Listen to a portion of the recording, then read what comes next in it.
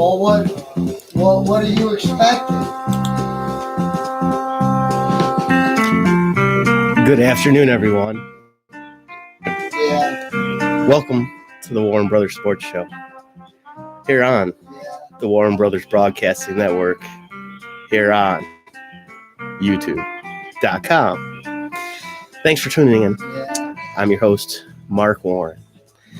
Here today on the program, the NFL. Tonight, an intriguing matchup. The San Francisco 49ers head on out to Arizona to play the Cardinals.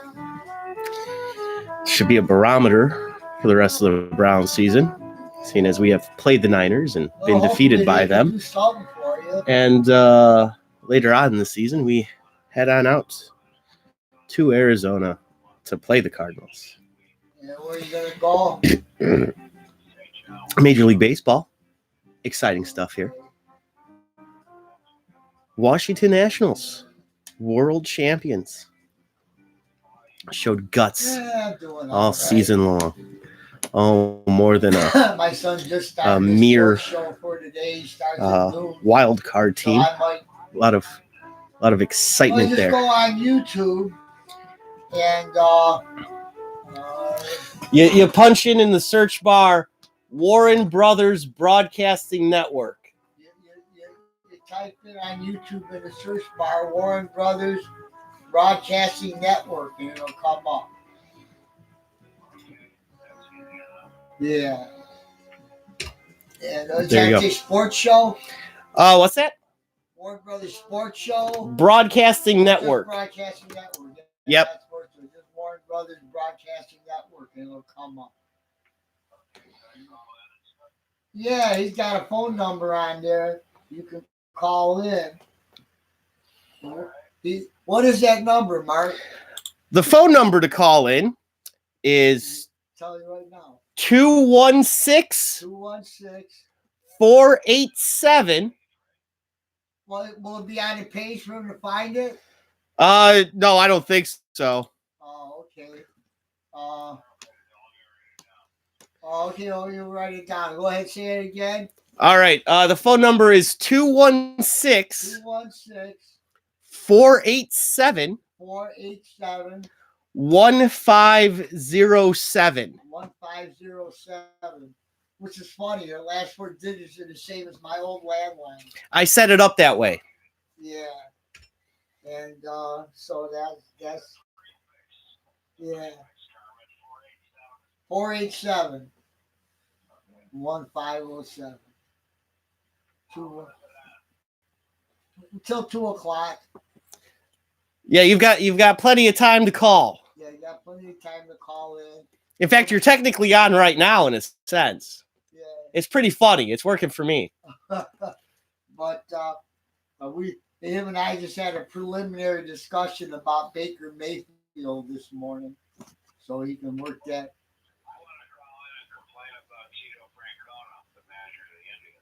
Why? I know you can, but I like him. I like him. That's one place we have to agree to disagree. I like Tito. Nah, I don't believe that. We almost won the World Series 2 years ago.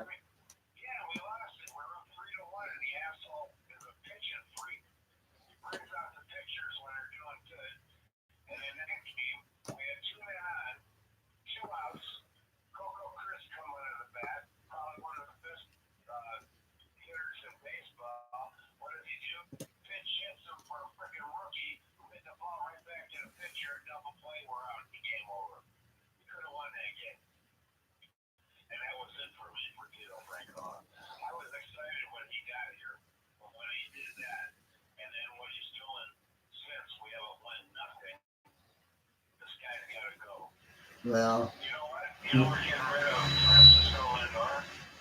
that's not guaranteed yet.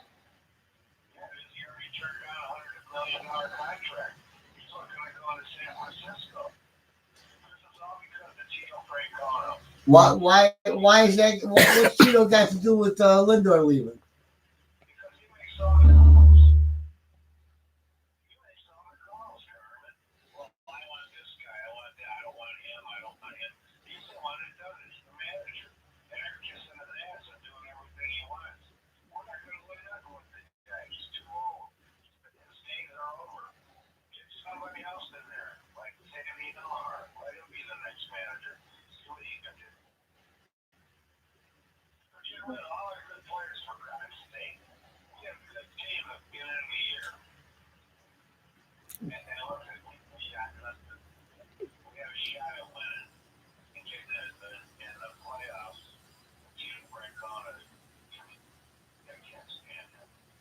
No, okay.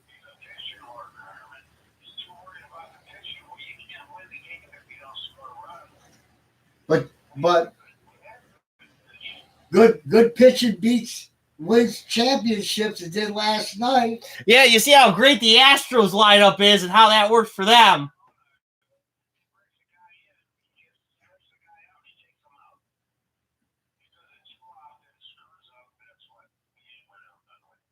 Well, you can. That's one place you and I just have to agree to disagree. I won't even get in that argument with you.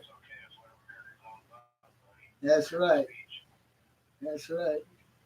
I like the guy. Oh, that's all right.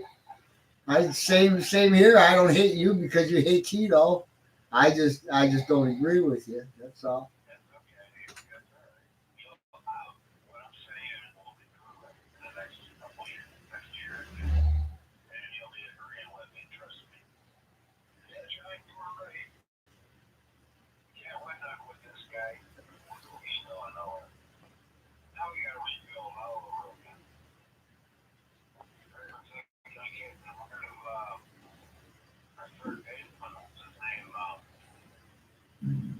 Jose Ramirez? Jose Ramirez.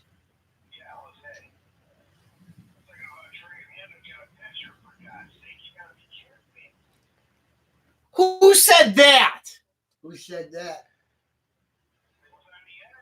Oh, so it must be true. It must be true. It was on the internet. Oh, okay. Yeah, because there's no way there's fake Cleveland Indians Facebook accounts. That never happened. Yeah, you better. Hey, if Tito's too old to manage, does that mean you're too old to drum? Oh, no. He's a lot more confrontational than me. Maybe you don't want to call him. Yeah. Yeah, so long as you don't have a number 2 on air. It's a poop joke. All right. So, yeah, go ahead and call him up. Now that you got the number. All right, John. Okay, man. Yeah, well, tell everybody I said hello, but I won't be there.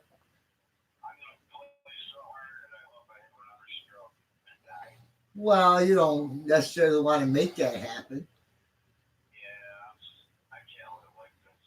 Well, I feel the same as you. I hate living every day, but you got to find a way to be gracious and grateful. There's a lot of people talking about all that kind of stuff lately, and I've been thinking about that.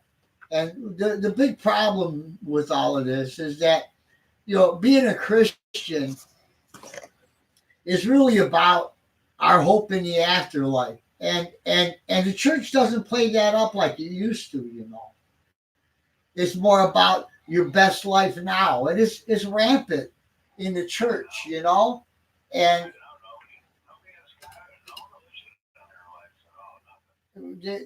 but when the church acts like the world, what do you expect? I mean, Brittany and Lynn, I think they got married at a church.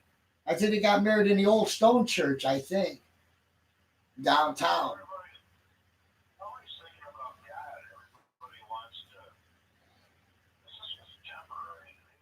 Right. Well, see, The reason I stick with being Lutheran is because this thing called So, Reformation. also coming up, they said we're gonna have things to lead you to the gospel and what are called 5 solas, which mean alone.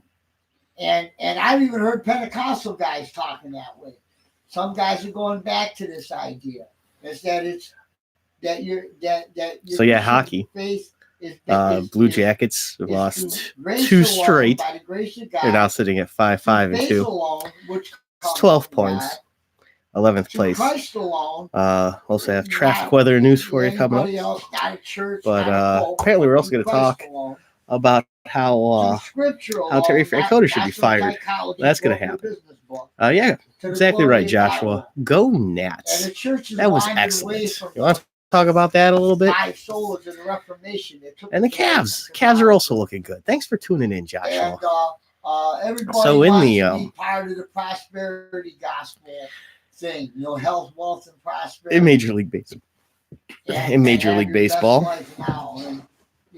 The Washington Nationals, world champions. A few minutes left. Oh, you're on a break? Tell us about your break, Joshua. Hey, the phone's ringing. Well, that's nuts. Let's just answer this. Got 8 things effing going on. All right. The way I tell, make it real simplistic. Caller, you are on the air. Hello? Hi, this is Paul. Oh, hi, Paul. It's Paul. Is this you, Paul? That's your human life, that little dot. I'm in Pittsburgh now. So you're in Pittsburgh now. And it's bigger than that. Yeah. So okay. So I'm in a warehouse in Pittsburgh. You're in a warehouse in Pittsburgh. The focus on the cross. Yes. Tell me more. And cross. Well, Tony finally sent me in the Pittsburgh warehouse, and we have all the Steelers fans here, and it's kind of like hell. So your abductor has left you in a warehouse in Pittsburgh with a bunch of Steelers fans, and it is like hell? Yes, because we all have to watch Browns games since 1999. Uh-huh. Each and every one of them.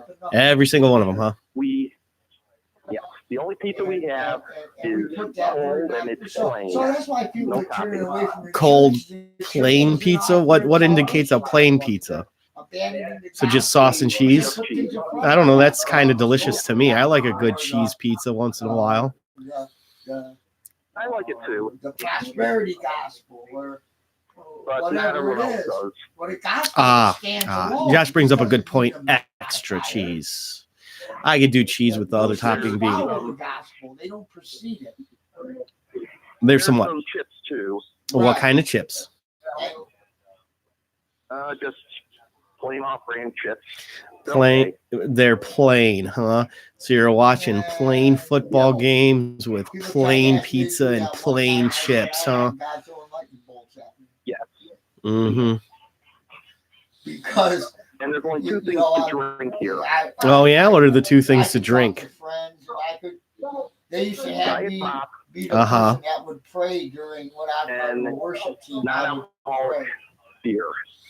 You know, you drink enough non-alcoholic beer, you'll get drunk. Well, no, There's still alcohol I know in how it. sinful I am too, and every day I Yeah, have to go out there. You got to drink like 30 of them. Like, I'm gonna tell other people how to live. So, however, you've been abducted. You know your abductor. Yes. That you posted it on Facebook, and your abductor has left you and a bunch of Steelers fans with food and drinks in an enormous party warehouse.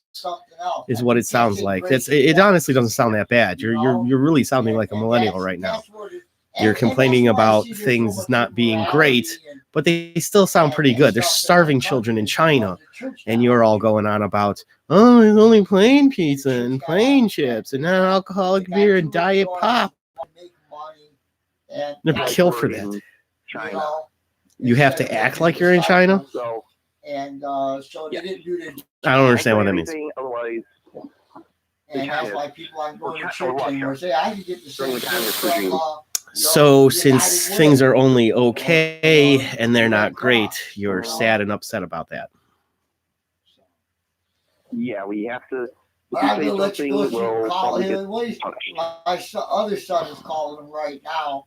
So if you get touched, is that what you said? What did you say? And talk to him. It's a punish. Oh, punish. What, like getting shaved again? Did he shave you already, or is he shaving you later? Try again. He's on for a while. I'm already been shaven. Yeah, right now. So he's already shaved you? Does that mean, wait, did he just shave the undercarriage or your hair? Do you have no eyebrows now? I mean, what kind of shaving did he do? Did he like shave your ass? Just the back hair? He did what? I've been manscaped. Well, it's all right. It's all my hair, it's all my eyebrows. So, I got real good at wait, you say manscaped, right? So literally the crux of this thing here is that a guy has kidnapped you because you said some disparaging things about the Browns. After driving you across state lines in the trunk of his Chevy Camaro, he now has dumped you off in a warehouse where he shaved you and is feeding you cheese pizza, plain chips, and diet pop and non-alcoholic beer. That's how I keep it. And instead of calling the police at any point in this whole thing, you're calling me again. I go obsess over, this and that. I did go. Like I saw you put. And what happened? I'm part Irish too. It was Officer Johnny. So Italian and Irish. What do you mean it was Officer Johnny? Yes, I am. So you called a police officer friend of yours, and you got to go with it. Your jurisdiction. You literally have a phone in your hand that you're using to talk to me with.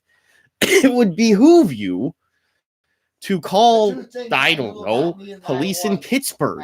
Calling your buddy Officer Johnny, whoever that clown is, doesn't do you any good. You called one officer, he didn't believe you, and you give up. You still have your phone. You were able to charge it at some point even? That's more amazing.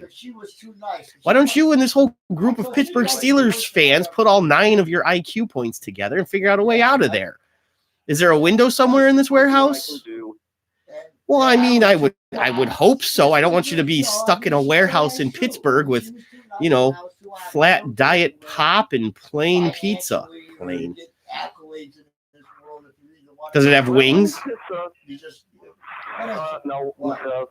He may give us wings, he may give us ribs, but it's all going to be that's like the dry rub. No. But I don't know why this upsets you. Do you realize that that's actually pretty... The guy's feeding you. It's weird that he shaved you. I still don't know where that comes from. But you... It's so weird. You have an abductor who's taking care of you. That's basically just a relationship at this point. That's why people that are more worldly. This guy Tony is very peculiar. But he said the reason why he picked this warehouse because it was the same warehouse that was used in the film Flashdance. So you know exactly where you are. Like, you literally could call the Pittsburgh police station saying that there's you and a group of Steelers fans all being held against your will in the same warehouse where they filmed scenes for Flashdance. A police officer gets online, clickety click click click, puts in the address, and they can just send a bunch of cars right there. And you're not doing that. No, that's Unfortunately, that's the best gratitude they got. So why can't you? I'll see what I can do. Power over this illness. Because Tony said power over that. He'd give me, I don't know what he's going to do. All right, John, I'll let you go. I'm just afraid that he might all right, bye-bye. do something even worse. Worse than feed you and shave you? I don't know. He might have me do the things from the film Flashdance. I may have to wear a leotard. If that's the potential, wouldn't your freedom be better? Why don't you and a bunch of these, like, how many people are there with you who are abducted Steelers fans? There's the other people. There's 25 people from Steelers fans from Cleveland. So there's roughly 26 of you then. You plus 25 other people. What? Drive or from Parma? I don't care. So I'm trying to help you get out. Is it? It's a large warehouse, right? Yes. There's probably windows, maybe about 20, 30 feet up off the ground. I think so. Form a human pyramid and start getting yourself out through one of these windows. Find some scaffolding. Do like what? Well, we might get a treat tonight. That flash dance lady might come by. I'm not understanding how you've been abducted and only positive things are happening to you. I'm not sure either. I don't know what's happening. I can tell. It happened real fast. Uh-huh. It sure is going slow, though. What? That's where I'm in kind of panic, but I hope I make it on Sunday. Otherwise I'll tell you what happens. It's a never-ending saga for me right now. It's only been 2 days. Not even. And it doesn't even make sense. Like, none of this makes sense. You were... What's happening? Help me. I was trying to, but you're whatever. So was that you? Oh, what? Yeah. Oh, Tony's going. I gotta let you go. Nice. That's good. Hope you and those 25 Pittsburgh Steelers fans, idiots, figure out a way out of this random warehouse that they film Flashdance in. So bye. All right, bye. Bye. Okay, Tony. I hung up on you. It's fine. I think he was going to say something else. I don't know what the hell that was. That was frustrating. I have no idea what Warner Brothers Sports Show. Like, I don't. He said the guy's still feeding him cold plain pizza, plain chips, diet pop, and non-alcoholic beer. I don't get it. Whatever. It's something. I got to turn this down so I can play this to go to this. That was really. Like you have a really good day today. Oh, it all started off swimmingly. John Hart's gonna call you and talk about fighting Francona. Yeah, I'll yell at him for that too. You won't have to wait till the night to die. I'll wind up freaking him out so bad I'll just break his heart. Let's talk about firing Francona. All right. As of right now, though, what we're going to talk about is the traffic and weather here at the Warner Brothers Traffic and Weather Center. Traffic right now is moderate in the area, slower than usual. It probably means that your big fat Addie's out on the road and she's driving like a jackass. In weather, 61 degrees and rainy in Old Brooklyn. The low tonight will be 36. Expect high winds, exceptionally high winds, from 5 p.m. tonight until 6 a.m. So have fun with your stupid trick-or-treating, bunch of morons. In the news, local reporter Tony Grossi has won the Obscene Magazine's Tannest Man in Northeast Ohio award. He dedicates it all to spending 17 hours a day in a tanning bed. And also, if you're not familiar with Benjamin Ghazi, old Benny, young Benjamin Ghazi, he is working with Hugh Jackson to catch Jerry Sandusky and Bill Cosby, outlaws on the run, escapees from the Penn State Pen. Apparently, Ben Ghazi is refuting the statements from Jeffrey Epstein's brother, claiming that after recent events, a guy he hired saw that the injuries were concurrent with choking, not hanging.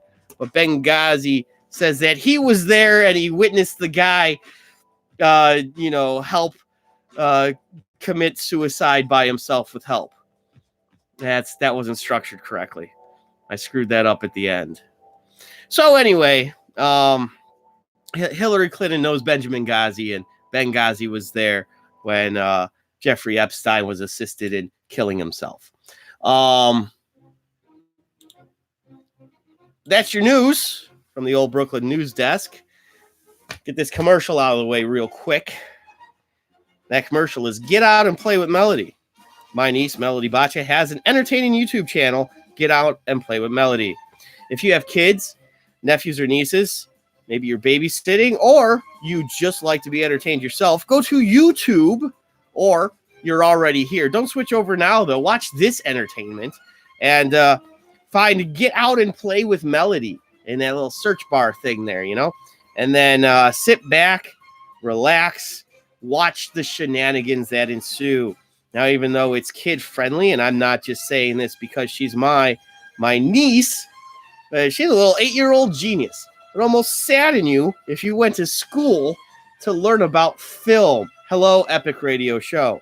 Go to YouTube, or you're already here, and put in that search bar, Get Out and Play with Melody. Like, subscribe, share, sign up for notifications. Fun for your kids. Your kids will enjoy it. She does funny videos. She's a little 8-year-old. So, all right. Anyway, back into sports. We had touched on the World Series some. Jen talked a little bit about Cavs basketball and a lot about firing Tito and Paul being stuck in a warehouse in Pittsburgh. So that's been the show thus far. That's where we're at right now. Let's see, do I have the next song queued up? No, I don't. So let me do that real fast too, as I'm not entirely in frame either. Hey, there's me again. All right. So, Major League Baseball. I think it was an excellent World Series. My goodness, and not just because the outcome was a little more towards what I wanted to happen. It's just for sure. I didn't want to see the Astros win their second World Series in 3 years. Not an Astros fan. I gotta be honest. Just not a fan of the team. I watch them play. I just think of all the guys who have been nabbed for steroids who have run through that organization, and I see these guys. It's literally. I'm gonna go the dumb route with it. It's what I do. I would play softball, and there'd be particular leagues I'd play in. You'd have guys who were like, let's say 5'6", 170 pounds. Guys hitting the ball harder than anybody on my team can. And he looks like a normal dude. No way he wasn't roiding up. He was roiding up. And it's when I see the way that the Astros players hit balls, that home run that Yanni Gurriel hit early in the game, that's a pop-up. Maybe it's the way that field is and the left field bleachers are in a little closer than standard ballparks. It's still sailed out of here. That was one that was down by his ankles. He just kind of handcuffed and got out of there. You know, wouldn't go so far as to say that Yuli Gurriel is using steroids, but I think Yuli Gurriel is using steroids. So my point being, not to say that the Nationals are full of a bunch of choir boys or anything like that, but I liked the way they built that team, and it showed a veteran experience and leadership and a lot of guys pulling together because they had one main goal that they worked hard for from spring training to 19-31 record in 19 wins and 31 losses towards the end of May to busting their ass to get one of the 2 wild cards. They almost didn't make the wild card game, and they win that, almost lost it, honestly. They were able to tough it out in a 5-game series against the LA Dodgers, the supposed best team in the National League, beat them, go out and sweep the Cardinals. That was kind of, not quite as monumental there. That was a little less of an excitement there. But then the big win over the Astros in 7. Home team did not win a single game. Every single game was won by the road team. And that's pretty monumental. That's never happened in World Series history. The most was 5 games by road teams. And that had happened 3 times before, 96, 06, some other time. I'm fairly certain, if I remember that correctly, the Nationals themselves did something exceptional, something incredible, something that was great to watch. If you missed out on this World Series because you were too busy, I don't know,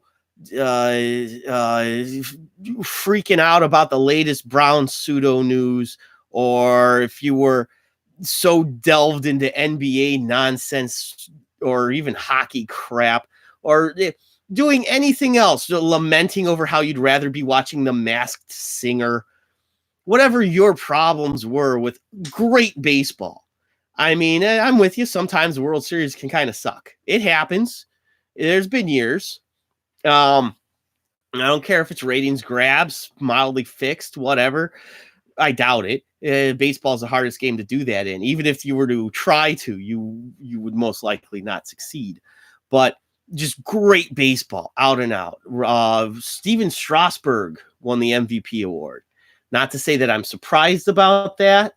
He pitched 2 games. I would have figured Anthony Rendon, myself personally, because he truly is the best player on the team.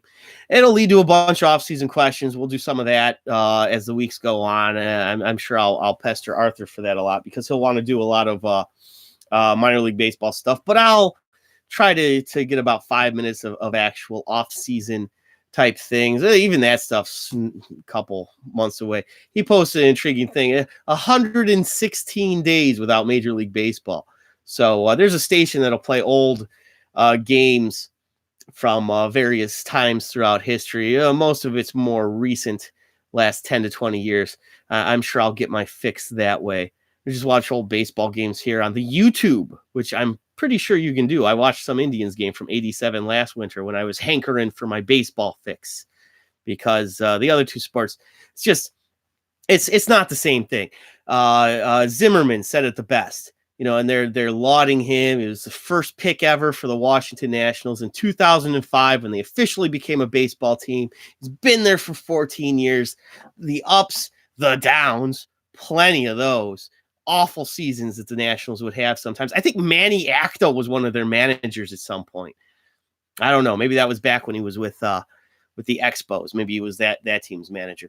But regardless, what I'm saying is Zimmerman said it best. Ryan Zimmerman, first baseman for the Washington Nationals. He said, baseball is the greatest game. Because it is. It is. If you watched it, if you have any appreciation for sport, the modern athlete. The one downer that I have, apparently the Washington Nationals are owned by a guy named Lerner. And we're familiar with that name here in Cleveland. Former Browns owners, Al and Randy Lerner. Al being instrumental in the move and then getting the franchise himself to give to his son, who didn't give a crap about it. And then the soccer aspirations and the way that they mismanaged the Knicks, other learners, all these learners, they're all cousins or inbred or whatever the hell it is. All these billionaires passing the same money back and forth amongst each other. But I digress. That's just nepotism. And speaking of cronyism and nepotism, this is WBBN, the Warren Brothers Broadcasting Network. The views and opinions of this program don't express those of ownership being vehemently against cronyism and nepotism. Now back to me on the show that I do with my brother, who had just called in, who apparently is in a warehouse in Pittsburgh that they film Flashdance in, and he's eating plain pizza and non-alcoholic beer or something. And he's been shaved. Some guy shaved him. I don't understand that at all. The punishments were what again? You'd have to reference yesterday's show. He was thrown in some guy's trunk because he said some stuff about the Browns sucking, even though the guy was an Indians fan. I don't understand I don't understand. It makes no sense. He got thrown into the back of this Camaro. He knows exactly where he is, and he won't call the police. It's him and like 26 or 25 Steelers fans who apparently can't put it enough together to escape to fight one guy. He hasn't sounded like he's had a gun or anything. They're all worried that he's going to make them do the dances from Flashdance, or he's going to bring in the woman. Or is it Jennifer Grey? Am I thinking the right movie? Or is that the other one? Don't Put Baby in the Corner. That's Dirty Dancing. What's the one with Kevin Bacon? That's Footloose. I don't know where Paul's going with this. And I just hope he's fine. He's posted on Facebook. That's another thing, is he doesn't have one of those phones where he can do that. It's a regular flip phone. He can call, like the police, but he calls me. And then somehow he's been able to get on Facebook. So I guess there's a computer there. Do they share time? Do they each have their own laptop? That this awful person who has abducted them, even though Paul knows who it is, I don't know. I'm getting tired. It's making me exhausted trying to figure out where the hell is he going with it. It's all going to be Donald Trump's fault. Let's just do this so I can get back on track. Paul's phone call threw me off. Not that it matters, but that wound up being a short segment. I think I said I wanted to stick just with positive on the World Series thing, but as I'm watching the celebration last night and I hear the name and I'm like, oh, you got to be kidding me. Okay. So it's just all the same people have all the money, the learners being this one. And it doesn't take away from my enjoyment of the game, though. It takes away from I didn't want to do that. Oh, no, go back. All right. So, it doesn't take away from my enjoyment of sport and the game and all those other things, but it's the business of it. And, that's all you're going to hear about. So let's just enjoy. Yeah, Hillary Clinton is the one who kidnapped him, and she's dressed like a man because he's got free internet. Wasn't that an Obama thing, Dave? Everybody gets free internet, but you have to upgrade your televisions, and you can no longer have free TV. And no matter what television you have, it has to cost you money, which makes no sense. But we'll give you free phones that you have to pay for, but they're free and you pay for. It's all dumb. We'll just build a wall at Canada's border. That'll make me happy because F Canada. Tried to use that for a campaign. If you haven't heard the Benghazi stuff, I'll get back to you on that, Dave, when we get to the news here in a moment. What was it? Just love baseball. It's a great game. I watch the game all the time. It's tired of the fact that I'm going to hear about the business end of it for like the next 3 or 4 months, 5 months. And if John Hart calls in, I got to hear the business end of that crap too. Fire Tito, because he makes all the decisions. He makes it sound like he's the guy who signed the guys. I'm going to wind up getting into a shouting match with a friend of mine. He's threatening to call in and tell me why we should fire the best manager the Indians have had maybe since Lou Boudreau. Cripes. Speaking of nepotism. Nepotism? Would this be the nepotism happening right here? Yeah, I'll join the show for a couple. So, executive producer Dad joining the show. He's off camera here. You can see a shadow. You can put me on camera if you want. If you want to scare people. Well, I don't know if it would scare them. At least I didn't have you in the background, because that was the one thing that Uncle Joe said, and you had said it too. Like maybe if we put up a partition up in the background, that would work. But he was talking about more in the vein of Browns type stuff. Do you want? Let's see here. I'm gonna fix that light real fast. Just shine it downward. So that way people don't think that I'm a ghost. Well, I was going to go with a saint. This is the aura. Oh. So playing the music that we're coming back to, because this is the Warren Brothers Sports Show with the Warren father taking over for the other Warren brother because he's in a warehouse somewhere. That's what he's going with. I don't know. So, what are you joining us for, Dad? You got a topic? Is comparison between baseball and the other sports. You mean baseball versus the other sports. Baseball versus the other sports. Baseball may be our favorite, but not everybody's. Oh, that's true. And we can understand why. But one of the reasons why it's our favorite. Now I can tell you my reasons. Uh, Hype is less in baseball than it is in football and basketball. And we had a long discussion this morning about what hype has done to football in our town. It's created a negative situation where we have certain people who think they're a lot better than they are. Right. They want to defend their positions and are on the defensive to begin with on both sides. I'm not going with the thing, how much Baker was wrong and how much Grossi was right. What I'm going with is how hype produced both of their behaviors. Correct. Hype is the thing that created Baker being cocky and on the defensive. Correct. And hype created Grossi being a jerk trying to defend himself by having it both ways. Yes. Two wrongs do not a right make. That happens in baseball much less than it does in football or basketball. And amusingly so, especially this year with the Cavaliers. Virtually no hype, had a nice little off season, and they've won 2 of their first 4 games. They actually look like they're kind of a team. I don't expect a ton out of them, and I'm sure most Cavs fans don't either. But it's kind of cool seeing them play some and not look like complete garbage like they did last year. And it's because there's very little pressure, it seems. There's not the hype machine. What do you think the Browns are succumbing to for the most part? What are they coming to? Succumbing to. Too much the hype. Pressure that comes from the hype. Yep. There's an old expression my father had that he got from another old guy. It says, "You're crapping one hand and wishing the other, and see which one gets filled first." And I think a lot of Browns fans, the organization itself, and numerous members of our local media were doing a lot of crapping in one hand. Yeah. And my goodness, is there a lot of crap. And that's why I call it yellow journalism. It's indicative of old yellow journalism. Now it's turned into, brown iPhones, I guess you would call them. Or brown iPhones. Hey, brown iPhones. There we go. Brown iPhones. And they might as well just shove those things up their butt.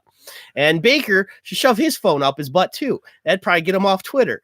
And apparently we need anybody with an Indians Facebook page to stop doing their nonsense too. Jose Ramirez is going to get traded for pitching. It's stupid. Who makes this stuff up? Call me Hart. John. Well, he just had lunch brought to him. Oh, okay. Meals on Wheels, so he's having lunch right now. Meals on Wheels? Meals on Wheels. Whee! You just slide it on a skateboard over to you, right? They got little wagons with meatloaf in them. That sounds just like a Lazy Susan is all that is. Put a Lazy Susan on a couple of on 4 wheels. And well, the only reason I bring that up is not that hype doesn't exist in baseball. You saw a little bit with the World Series. The Astros get it. The Dodgers get it. Yeah, there was plenty of hype behind certain teams. Nationals didn't have that hype. No.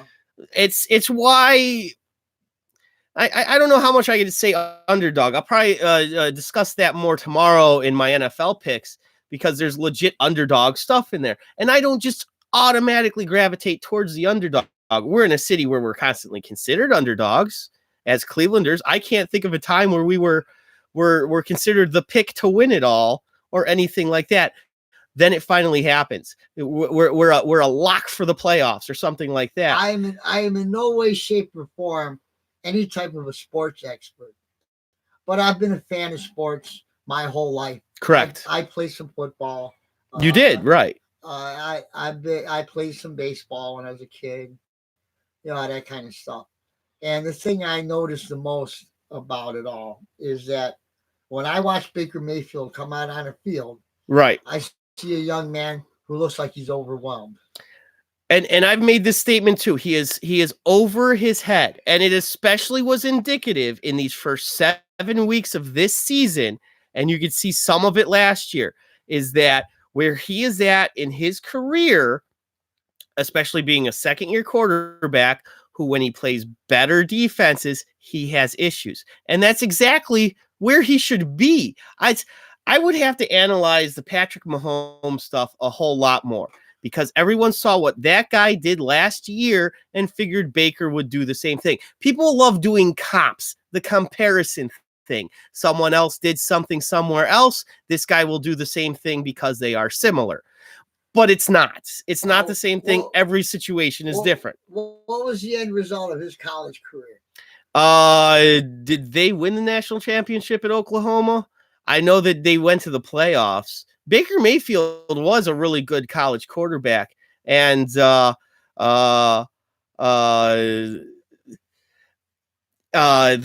biggest problem with the Baker Mayfield stuff was, and I'm gonna say it, and it's not gonna be popular amongst all Browns fans, and Baker Mayfield shouldn't have been the first overall pick. No quarterback, quite frankly, should have been the first overall pick out of all those quarterbacks available. However, that happens. That boosts the ego. But they did play in the playoffs, I'm pretty sure, Dave. I don't think they won it all, because it's all outside of the year Ohio State won it. I think it's been Alabama or the other team that Alabama always plays, Clemson. Those are like the only teams that have won in the 7 years. Oregon maybe once. We've developed a celebrity culture that is so focused on how much one man can do. Yes. It doesn't matter whether he's an iconic film star or musician or entertainer or politician or leader or sports figure. That one guy can make all this difference. And 9 times out of 10, that's not the truth. One guy, one monkey don't stop no show, as they used to say. And you know what? I'm going to take what you said there, and I'm going to put in an example as to just how strange all of this is, and how, I mean, here it is at the end of the day. And I do a sports show, and I love sports. And at the end of the day, sports are not important at all. However, there is a new movie coming out. And I hope this proves my point of how something that was important, but is it worth this level of importance that it's happening? The 1996 Olympics in Atlanta. That Jewell fellow, Robert Jewell, the security guard who saved lives. He found a bomb, and then they tried to say that it was him who put the bomb there in the first place. All of these things. Yeah. Okay. Here we are. It's 23 years later. Yeah. They are making, it's in theaters. I swear this was real. I was watching it in the playoffs during the commercials yesterday, and it had this full, long commercial break in it. And John Hamm, a big movie, stars in it. Sam Rockwell, a great movie, stars in it. They're making a movie directed by Clint Eastwood about this thing that happened that was a big news story that's had TV movies done about it. And now it's a huge budget movie about telling the true story behind it. Yeah. So 23 years from now, when they make the movie about the Tony Grossi Baker Mayfield argument, it's how it just keeps going further and further down. I mean, people used to make movies about JFK. Right. People used to make movies about things that mattered. And the news was a man saves people's lives. Well, now they make movies about the guy saving people's lives, and the news is 2 guys got into an argument. Well, let me make one thing perfectly clear. Yes. And I can say this without any fear of retribution. Though not everybody will agree with what I'm going to say right now. As a Christian, the only hero I have is Jesus Christ. All other men fall short in that regard. And anytime we put men in those heroic positions the way we do, and yet claim to have Christian faith, we're creating little gods and goddesses all over the place. And we got a bunch of them. Yeah, little icons. Yeah, as we feed their narcissistic supply and stuff. And we worship at their feet, and they're really not worthy of that worship. They're not. Now, yeah, none of them are. No, all of us are created equal in the eyes of God in that regard, and no guy with an R or a D behind his name, or a Heisman Trophy, or a nickname GOAT, or any of those things is really even close to what they think they are. Yeah, like I said, baseball, football, and basketball. At the end of the day, they don't matter. They're just sports. They're just games. And I just hope people come to realize that when they look at their brothers and sisters, and realize that their family is what's important to them. Right, which is why I should drive to Pittsburgh and find out what's happening with Paul. And maybe I should Google search where they filmed Footloose. And start work, because back to the concept of hype. It's all it's all about ego gratification for a bunch of narcissists to get more narcissistic supply. Correct. And at the end of the day, the payoff is always in dollar bills. It's always about the money. And this city let itself get sucked into that, and now they want to try to make somebody live up to something they can't live up to. Because when I see Baker Mayfield go out on that football field, I see a very young, somewhat immature, inexperienced quarterback in the NFL. And that it's going to take him 2 or 3 years to be the championship level quarterback people are expecting him to be. Yeah. And they're going to end up getting him hurt, injured, or discouraged, or traded off to another team before he has a potential if they don't all calm down, including Baker himself. And Baker himself falls into it because to have the kind of confidence you have to be a professional athlete, you have to make sure that you don't come across as being cocky. And unfortunately for the young man there, because of his arrogance, that is the key word in the definition of cockiness, is that due to his arrogance, in his confidence, he therefore then becomes cocky. The part people don't understand is it's actually true humility that develops confidence, because you have confidence outside of yourself. Yeah, that's why we have no complaints about a Nick Chubbs, but whereas other people come across as being cocky then. Numerous people in numerous professions, because there's an arrogance in their confidence. Nick Chubbs has a humility in his confidence. And the thing that got me, this was the only reason why I disliked the media's portrayal of the situation that happened between these two guys, was that it wasn't even the defense of Grossi. It was that afterwards, all that these guys would say, Daryl Ryder, everyone who commented on the commentaries went to, hey, we're all on the same team. We got to just cheer for the team. We can't have all this division, when they're the ones perpetuating and creating the division. The one particular guy, literally after the first week and the Browns got crushed by the Titans, asked 5 times, if he asked twice, hey, do you think if you guys had played in the preseason more, would you have won the ball game? It's an obvious question and answer. And when the answer was, I don't really want to talk about that, it's in the past, let me just ask the question 3 more times. That particular guy, it wasn't Grossi, it was Ryder, I'm pretty sure, Mark Schwab, or one of these other journalists. And let's go back to the argument you and I had as to why this is problematic, why I'm having issue with your stance. Right. Grossi's question was not inappropriate. Because I asked you what the outcome should have been, and you told me what the outcome should have been, and it was correct.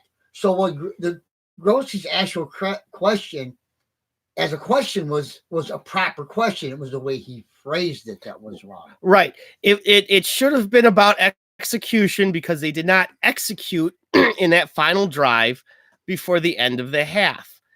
And what what Grossi went with was lack of urgency.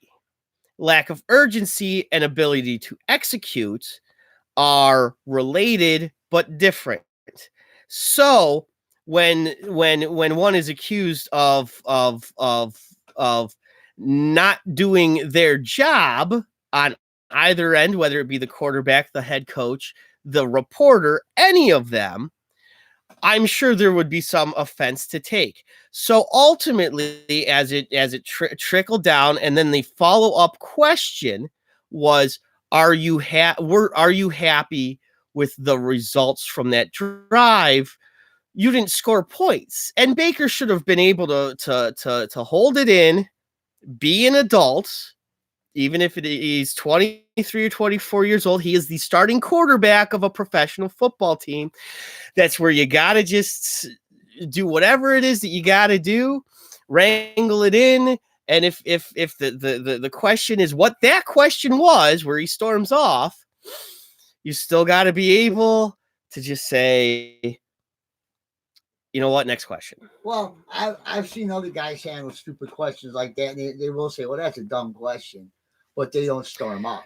Right. Tom Brady's been borderline. But of course, then you go to the fact that, well, Tom Brady's a winner. Baker Mayfield hasn't proven himself yet. And it went to, here's the exact question that happened in the Tom Brady instance. And it happened just a year or two ago because Edelman got popped for doing steroids. Yeah. His best buddy, wide receiver, Dave Hughes knows. He lets him come over to his house to sleep with Gazelle. Yeah, okay. Right. Edelman, because he's a white guy. There. So we're not going there. So what Brady, when he's asked the question from a reporter in New England's media and asks, well, hey, Edelman is out for 4 games, and they link him to this particular guy who is linked directly to you, Tom Brady. And Tom Brady says, that's a stupid question. I'm not going to answer that question, and walks away. Yeah. And Brady did one thing better, though. Brady said, well, excuse me, guys, I'm headed off. Right. It's that Baker comes across as being a juvenile 23-year-old boy. Yeah. He's got to realize he's going to be a 24-year-old man. Yeah. You have to be a man. You have to. And I think this is the only reason why the frustration lies is that in me is that there are other people who are also adults in this situation where they should be just at a slightly higher level. Well, here, let me close this conversation. Yeah. I gotta go back to the other chair. Yeah. I'm gonna close it on this point only. Okay. The main thing we talk about a lot of times is people doing their job. Correct. Grossi, as much as he did something wrong, he was doing his job. And that's why people came to his defense. Baker didn't do his job. That's a good point. Baker did not do his job. He didn't do his job. So if you just coming to that point, that's where I'm going to end it, because I'm not taking Grossi's side. I don't know him or like him. All I'm saying is that he was doing his job. Baker wasn't. And that's where I'll end that. Oh shit.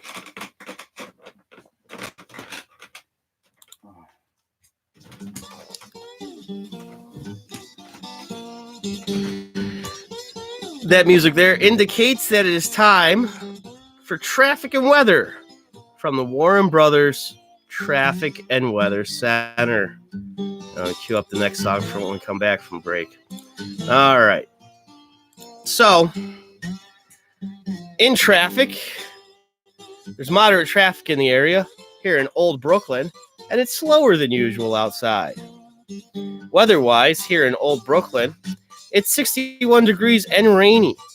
Expect a low of 36 degrees tonight with high winds from 5 p.m. until 6 a.m. So if that puts a kibosh on your Halloween plans, your trick and or treating, sucks for you. Because I'm a grown-up and I don't go trick-or-treating. And I'm not handing out candy either. Live on a dead-end street. I don't even think there are any kids that live on this street. And if there are, too bad. So, anyway, in the news, Tony Grossi has won the Obscene Magazine's Tannest Man in Northeast Ohio Award. So congratulations, Grossi. Also in the news, Jeffrey Epstein's brother hired his own guy to investigate the death of Jeffrey Epstein, and the results were that it was a choking, not a hanging, so a murder. Whereas Hillary Clinton's own special assistant Benjamin Ghazi is the young fella's name. He claims that there was no way that it was a choking because he saw Jeffrey Epstein get helped with a suicide. So there's your old Brooklyn news from your old Brooklyn news desk here at the Henninger Road studios of the Warren Brothers Sports Show, Warren Brothers Broadcasting Network. Quick little ad here, real fast. Dave, if you're out there, if you're still listening, this is for you. But more importantly, for people who wish to be customers of Dave's because they need painting done. At This Guy's Painting, which you can get a hold of at 440-715-3282. Should make that sing-songy like they do with the best of this Garfield 1 2 3 2 3, something like that. But you can also message This Guy's Painting on Facebook.com. That's correct, the old Facebook there. So, I didn't want to do that. There we go. Okay. Get that ready, and that's ready. So, This Guy's Painting is a small local painting company. They will do interiors and exteriors at reasonable prices. Plus, they are insured. Also mention that you heard it here from Mark Warren and receive a free estimate. Expect a quality job done by This Guy's Painting, owned and operated by Dave Hughes. You can reach him at 440-715-3282. That is 440-715-3282. Or Facebook at This Guy's Painting. Don't forget you receive a free estimate if you mention the Warren Brothers Broadcasting Network, the Warren Brothers Sports Show, Mark Warren, Paul Warren, Carmen Warren, Uncle Joe Warren, Elizabeth Warren. Make sure you say Warren. Chris Warren, he played football.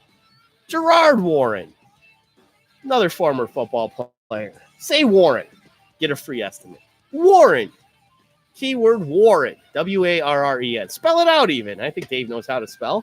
He knows how to paint, and that's what your needs are, I guess. Hey, just want to remind everyone that this is WBBN, the Warren Brothers Broadcasting Network. The views and opinions of this program don't express those of ownership because ownership is vehemently against cronyism and nepotism, as you can tell from today's special guest being my dad, caller in, my brother, and of course that commercial I just did for my good buddy Dave. Cronyism and nepotism, bad stuff. Even though it does well for the reporters in this area. Cronyism. Right. I mean, of course you're going to defend your coworkers. I mean, I don't know. I shouldn't have expected differently. But if you can change the culture, be part of the change. The biggest conundrum that the people who are anti the hype are the same ones who were building up the hype when it all started. That's it. I dislike contradiction. So if you're going to be Tony Grossi and you're going to ask the questions that you're going to ask now, don't start it off the way that you did before the season began and you were right in with all the Super Bowl hype and everything else. Your entire station was Tony Rizzo's the grand master of the parade. You know what you jerks were doing. You know what you're doing now. You know what you'll be doing in 6 weeks should the Browns go 5-1 in the next 6 weeks. it's just perpetuating whatever you want to create the story to be at the moment in time. I'm not thrilled that old BJ wasn't showing up to voluntary practices. Not a good team building thing. I'm not thrilled that Baker Mayfield would rather just seem to dick around and hang out and be on Twitter and make commercials in his off-season time. Not to say that other quarterbacks don't do that. Rodgers and Mahomes, buy insurance, all of that. Those are national commercials even too.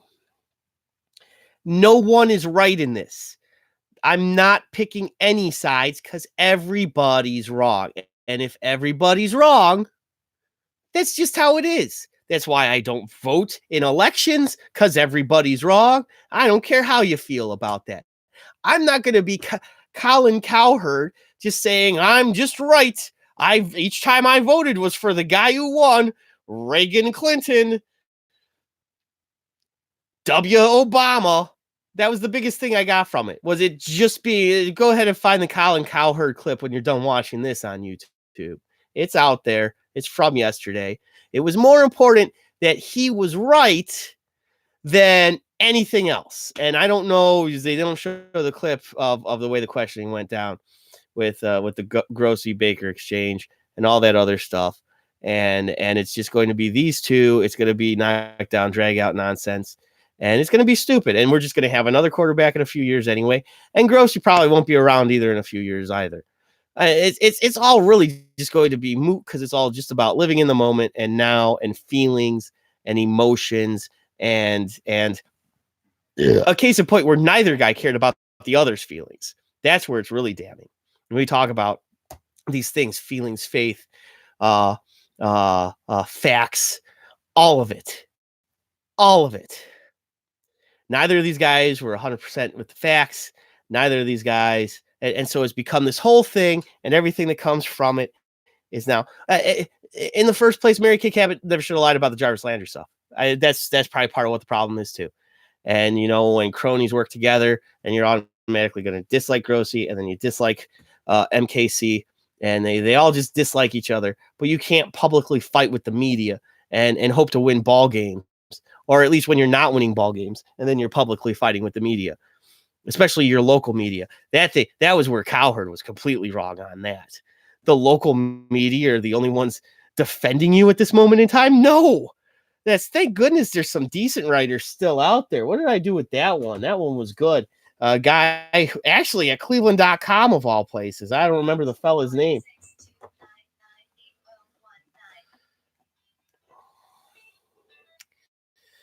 That wasn't my phone. Hello.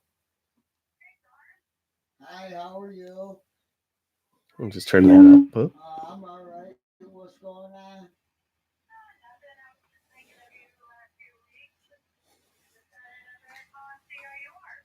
Yeah, pretty much the same.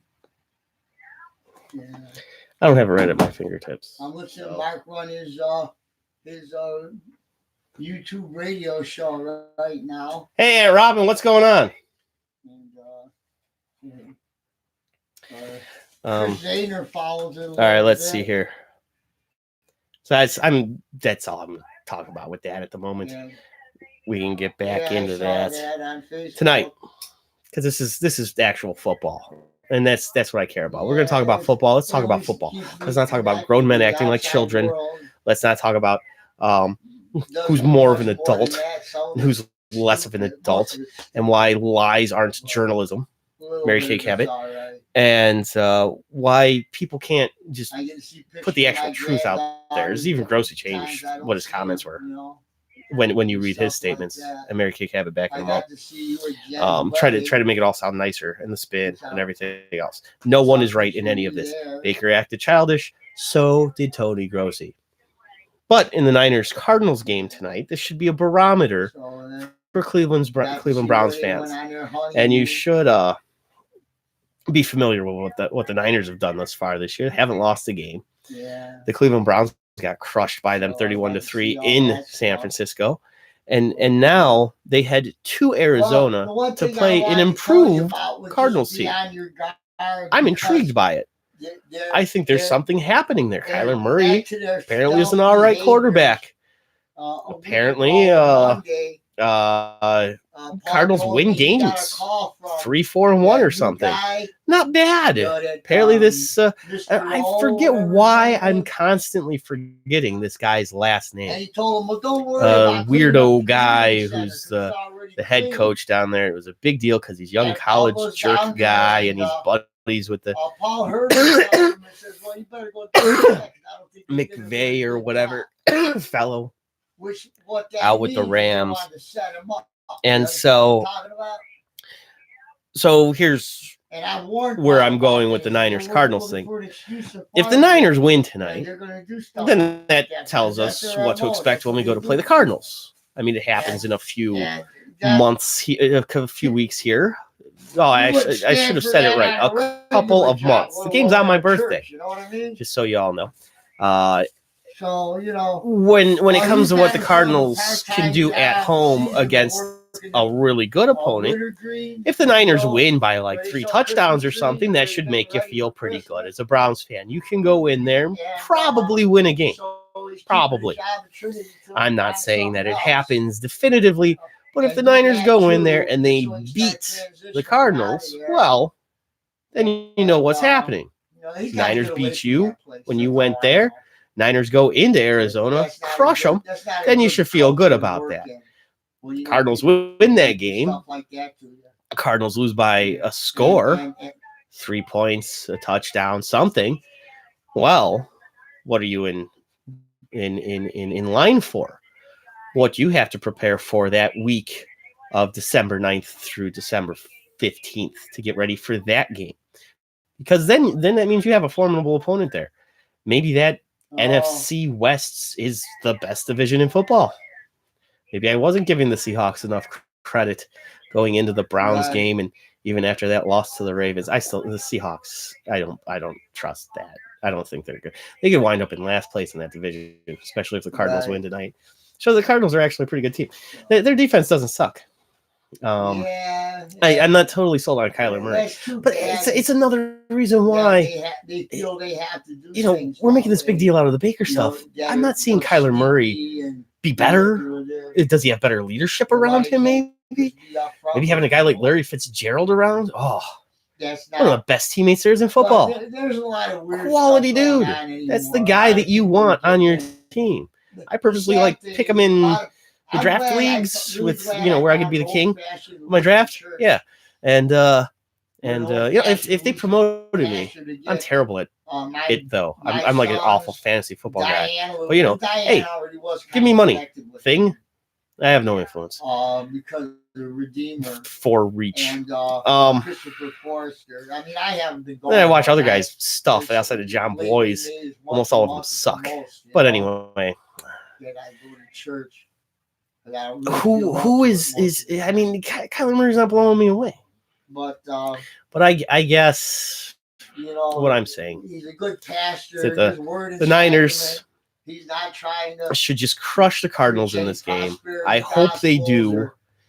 Just defense runs amok. Your Bosa's and that D line full of first and second rounders. I think the same's true on their offensive line. John Lynch drafted exceptionally well there in San Francisco. He's been there enough years to give him the lion's share of the credit, right? But just intrigued at what should happen there and how that all goes. Playing music. And Brian, I guess he's going to a Black Roman Catholic church from what he told me. That music should tell you that it's time to hear from the Warren Brothers Traffic and Weather Center. Everybody's doctrine was there to begin with, and maybe that's why it was so. Traffic-wise, it is the traffic is moderate here in the old Brooklyn area. Slower than usual. Weather-wise, it's currently 61 degrees and rainy here in Old Brooklyn with a low of 36 degrees night, and this might damper your Halloween plans, but there will be high winds in the area from 5 p.m. to 6 a.m. You don't want your Carmel candies and your caramel apples and your candies just flying away in the wind. Here at the old Brooklyn News Desk, which is the same place. In the news, Tony Grossi has won Obscene Magazine's Tannest Man in Northeast Ohio award 7 years running. So congratulations to him. He claims it's from spending 17 hours a day in a tanning bed, sleeps in it, and writes most of his reports from there. Only comes out of it to harass football players. Not just Baker. I shouldn't even call it harassing. Some people think it's a good question, even.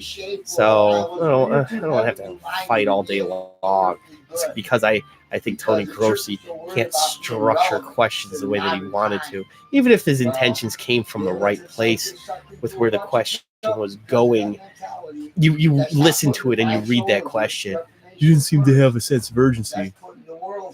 What's up with that? And that's what happened. That's. So you get. You went to school for journalism. Or the prosperity gospel. It's the gospel alone. I'm expecting too much. That's on me. They don't come the intent of doing his job was right. He just didn't follow through with. He did the Mendoza in baseball. He's batting like 200. He's a fine fielder. Last point I want to make here in the news is that Benjamin Ghazi claims that Jeffrey Epstein's brother's claims of Jeffrey being choked and not hung are false. And Benghazi should know that it was a suicide because he was there to make sure that it went right. And lastly, here, commercial-wise, this is where I beg you for money. And this is also where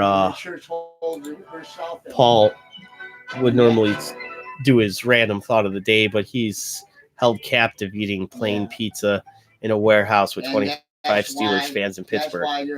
Go to patreon.com, Warren Brothers Broadcasting Network. Receive more of quality programming just like this one. Warren Brothers Sports Show. We're also working on doing something called Apathetic Afternoons, which this really had more of a feel of anyway. Just that the person I'd be interviewing I'd preferably be calling them directly, or they would be here with me. But slightly more music and entertainment focused on that one. The Calm in the Storm, and that's a podcast plan idea as well. And a show we've actually started doing on Sundays. So stay tuned for this upcoming Sunday at 4 o'clock, 6 o'clock, and 8 o'clock, if we do the 8 o'clock part. The Sunday Super Show Sausage Fest Spectacular Show, where we discuss football, the Browns game as it's going on, before, pregame, halftime, and of course a post-game, if we decide to do the post-game. Kind of depends on how the show itself goes. And television programming where my brother and I will have craptastic shorts, we make fun of short films, and Man vs. Booze, which is a mock reality show that I am developing and trying to just put the final touches on getting that together so we can film in a month or two. That's the plan. So expect that in the next few months.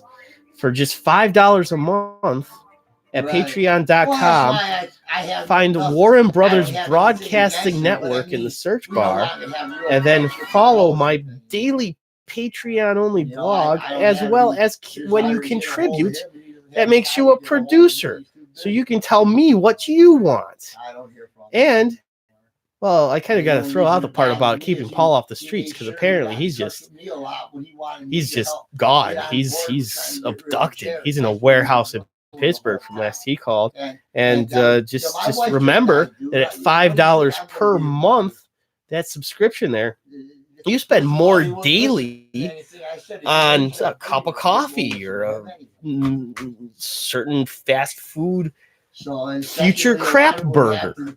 So, go to patreon.com and find Warren Brothers Broadcasting Network. Help a brother out. That's what that would do. So I can make money to do this. And Lutheran pastor. I'll quit in a week. Just go find a real job. Screw you guys. Actually, I gotta pee real bad. Just listen to Dad talk for a while. The only reason I called about it, I got like 3 calls over the weekend. The week they were going to start the new services, inviting me to come back. I'm not a member there anymore. Why would you even have me still on a call list? It's either there's a combination of a lot of bad things. The most minimal one is incompetence. Yeah, because they call Lisa all the time, and Lisa's never been a member of the church, and she hasn't come in I don't know, years and years and ages. Right. So it was one of those automated calls, that they send out to people, invite me all out. What, I'm going to be thrilled because you got a contemporary worship service. You think that's the reason I left after the conversations I had with you? That has nothing to do with it. Yeah. Just clueless. But I just wonder now they only have 40 or 50 people worshiping there now. How are they going to have? All right, we're back from the break. Let's see here. So, get the next song queued up. Talk baseball, talk football. Just about to the extent that I feel like doing both of, unless any of you out there feel like discussing any of those things anymore. And then, of course, the other part of it being to do so. If you don't choose to do so in the live chat, feel free to jump into that. You also could call us. There's a phone number here, 216-487-1507. So if you want to be involved in the program, you just call 216-487-1507. And there you go. There's that. Cavaliers news. Going to this pretty good game last night. They had a rough go of it to start off against the Bulls, the Chicago Bulls, as Paul would like to say if he weren't trapped in an abandoned warehouse. That would be one thing he would do. Normally what he does with them is he's like, the Bulls. That's the one Paul does. Mooing works too, though. That's actually executive producer Dad throwing that in there. It's clever.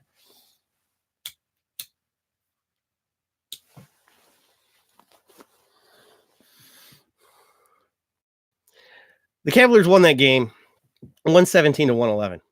And it looked a little rough at first. Bulls built a little bit of a lead, but it never got out of control. The Cleveland Cavaliers were able to keep it close, take a lead. I believe it was the third quarter. And they look good. They look like they know what they're doing out there, which is something that we haven't honestly been able to say about a Cavs team at any point when LeBron hasn't been here since he came into the NBA. We looked bad those 4 years he was gone. We looked bad. Heck, we looked bad years he was here in those first 2 or 3 seasons. And quite frankly, that last one he was here during the regular season. I mean, people moaned and complained, but they weren't entirely wrong. I mean, I'd take 49 wins in any NBA season. I'd take 35 this year. 30. But the fact that they're playing team basketball, these young kids, Sexton, Garland, and Porter Jr., I just wish one of them would have a different hairstyle. Each dude, I mean, actually, it's because it looks like my hair. No, my hair's probably not as nice. Dudes do some work on their hair. But each dude has like the same haircut, just with slight modifications. One has like a little blonde strand. I mean, if Chetty Osman and Maddie Dellavedova had the same haircut, I'd have problems telling them apart. Facts are facts. Not with Kevin Love and Tristan Thompson, though. regardless, though, it's the culmination of these things. It's why Osmond is an important key, because he's in between. He's a young guy who got to play some, especially last year. Same with Kelly Clarkson, Jordan Clarkson. And you pair that with the veteran leadership from guys like Delly, Tristan Thompson, Kevin Love, and you got the young dudes, Colin Sexton, who got to play a lot last year, but he's only going to improve now in more of that shooting guard role, with Garland and Porter Jr. then coming off the bench. Garland starting at the point guard, and you have a true point guard. That's what it really seems like. And I name the other one. Kyrie wasn't a true point guard. He's not. No matter what everybody thinks, he's a pseudo 1/2. He's what Sexton could be, so long as Sexton doesn't think the world is flat, that when he's on a plane they could fly off the map or something like that. All of a sudden they're in outer space and he's hanging out with aliens. That's Kyrie Irving. But Beilein is coaching this team up, and because he's approaching it as a coach and who's holding his team accountable and is making sure they're playing defense, making sure that they're running the plays properly. I think this is the first real head coach the Cavs have had. The one guy was close. I actually liked Scott Davis. Baron. Sounds like a costume you should wear for Halloween. You go as a Baron. Byron Scott. His name's Byron Scott. I'm a jackass. And so, Tyronn Lue is a good head coach. He was a great assistant coach. And he hasn't got another shot in the league. That's the weird thing about that. Tyronn Lue was all right. But Beilein, by using decades of college basketball coaching experience, and in the points where it translates to the professional game, has looked like it's not totally over his head as of yet in these first 4 games. Whereas you have a football head coach where everything looks like it's over his head, and a baseball manager who is quite possibly a Hall of Famer and one of the greatest managers of all time, and a friend of mine wants him fired. Not my only friend either. And because they use the lamest of reasons. This is...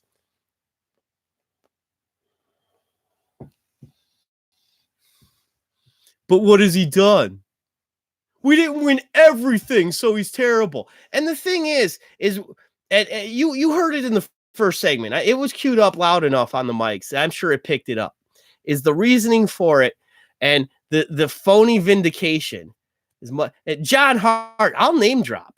Is the guy was in a band. He's one of the guys I hope to have on as an actual interview for one of these other shows, because he's worthy of the stories and everything else. And he's been around fantastic musical stuff in his life.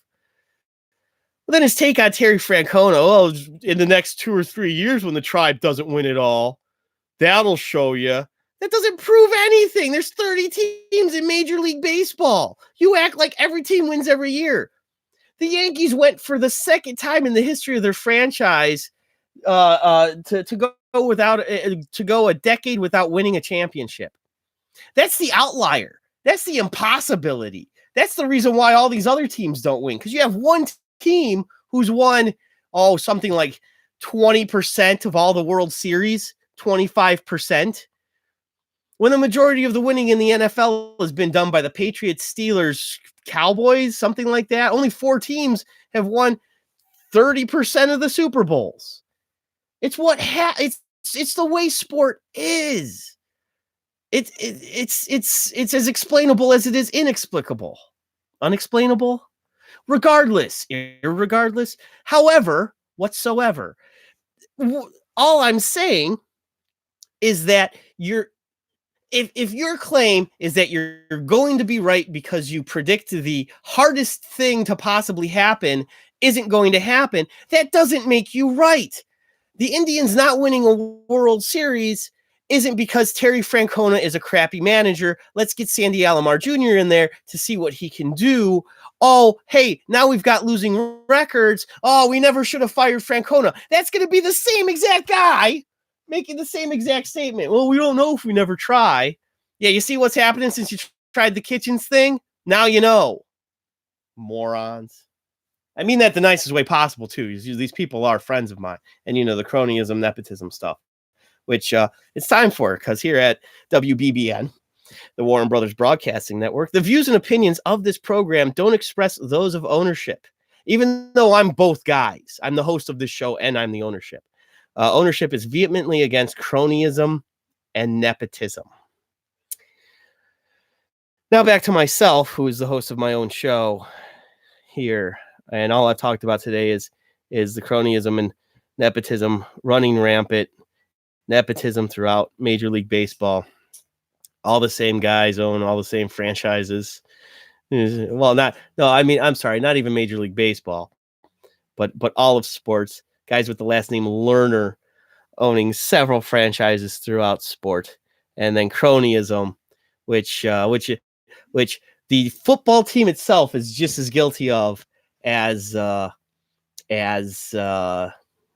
media in this town. It's not about what you've done on your merits. It's about who your buddies are. Tony Grossi went to Ohio University. Tony Rizzo went to Ohio University. Graduated around the same time, journalism classes, so on and so forth. Been buddies in this city for decades. Grossi gets fired in 2012. 2012. It's not called 2012. I have a Twitter poll. It reaffirms that for me. 4 people voted on. Thanks. Except for the one guy who said it is 5,000 something. I figure that's either a Jewish or atheist friend, because mathematically, and it would make more sense if it was Jewish, right? I'm hoping, because then it's the only other person who got the joke. All right. So anyhow,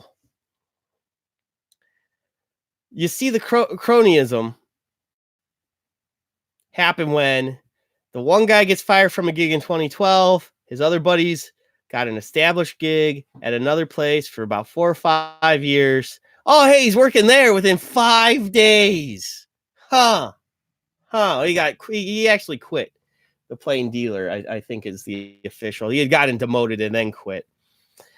And the same thing is happening on the football team with the cronyism.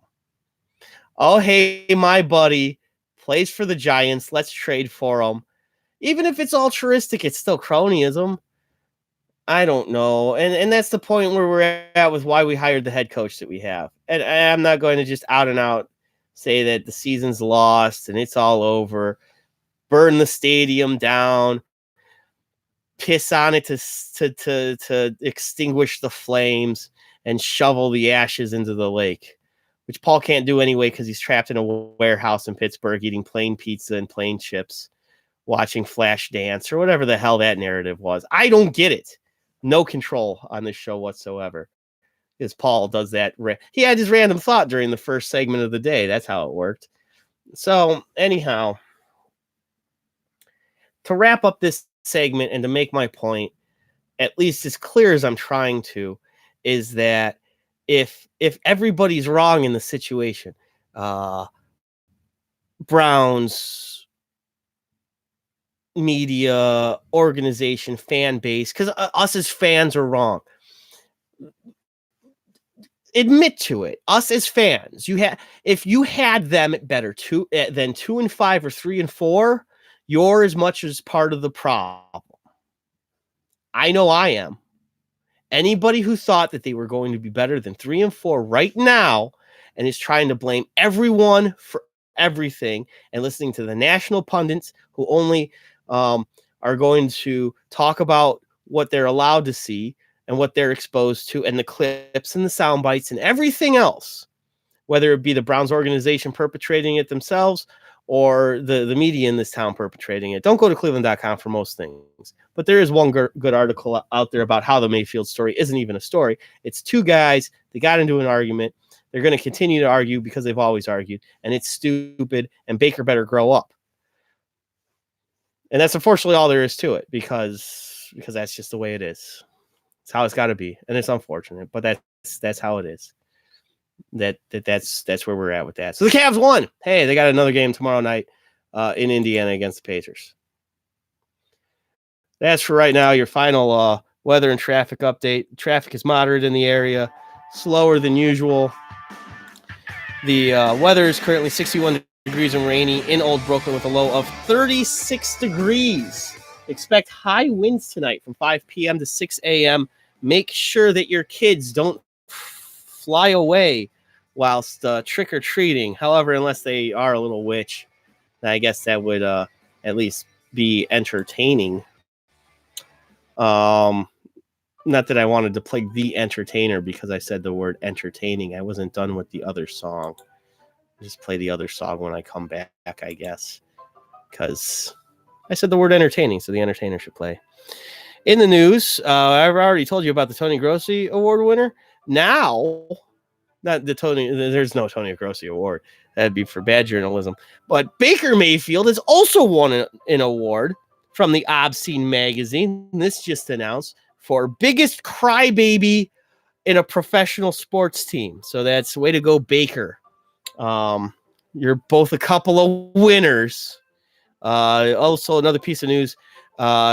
Hillary Clinton's own hand-selected assistant, Benjamin Ghazi, has refuted statements made by Jeffrey Epstein's brother, claiming that Jeffrey was choked to death, not a victim of a hanging.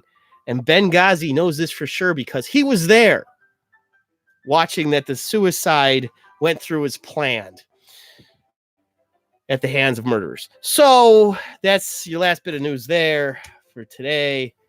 I guess I'll just let you know that I have no other commercials either. Just when you're here on the YouTube watching me, watching Paul, watching executive producer Dad, watching, listening, breaking your phone in disgust over how awful all of this is. Before you do that part, make sure you share it with your friends, probably your enemies, because it's just garbage. It's complete crap.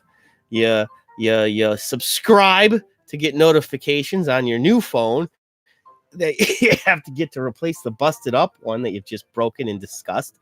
And then, like, even if you dislike it, pretend to like it anyway. You're my friend, right? Help me out. Click that notifications bell so that you know when we come on and you can avoid us like the plague, which we are. I'm just going to let the music play for a minute. So far past the point of caring. NHL hockey, because this is our last segment here.